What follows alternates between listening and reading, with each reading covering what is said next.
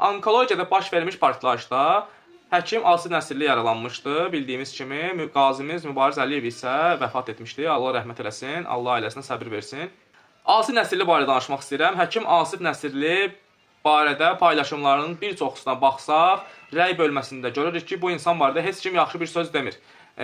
Bütün pasiyentləri bu insandan şikayət edir. Bir çoxu demək olar ki, bu insandan şikayət edir. Öz yaxınlarından başqa heç kim yaxşı bir söz demir.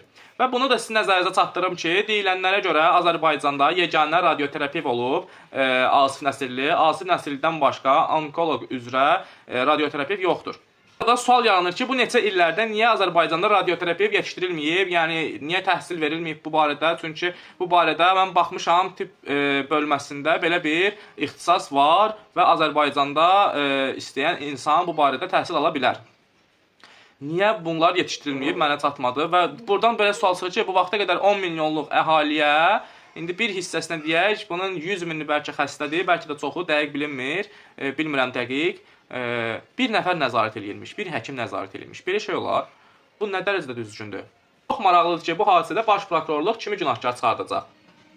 Xəstəxanada hansısa süpürgəçinimi, qazimiz Mübariz Əliyevi xəstəxanaya gətirən avtobus şoferinimi? Amma yenə də heç kim Cəmil Əliyevi günahkar çıxartmayacaq, çünki onu yuxarıdan tapşırıblar. Onu yerinə kimlərsə günahkar çıxarılacaq. Prokurorluq araşdırmalıdır ki, niyə onkoloji xəstələrə hər şey pulsuz deyil?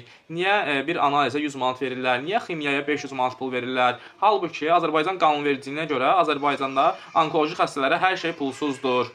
Müayinə pulsuzdur, müalicə pulsuzdur, dərmanlar pulsuzdur. Amma bunun hamısı bir vərəq üzərində qeyd olunub.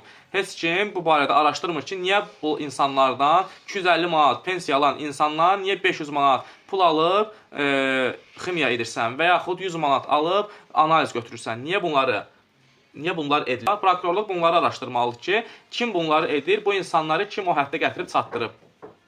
Amma prokurorluğun yaydığı məlumata baxın, Mübariz Əliyev qazi deyil, sıravi bir vətəndaşdır. Bunun bura nə aidiyyəti var? Mübariz Əliyev qazidir və yaxud qazi deyil, adi vətəndaşdır, sıravi bir insandır. Fərqi nədir ki? Nə dəyişir burada? Onda günahkar heç kim günahkar olmur burada. Onda Cəmil Əliyev kimləri günahsızdır burada. Səhiyyə Nazirliyi günahsızdır burada. Onkoloji xəstəxanada olan həkimlər günahsızdır burada bəyəm. Niyə?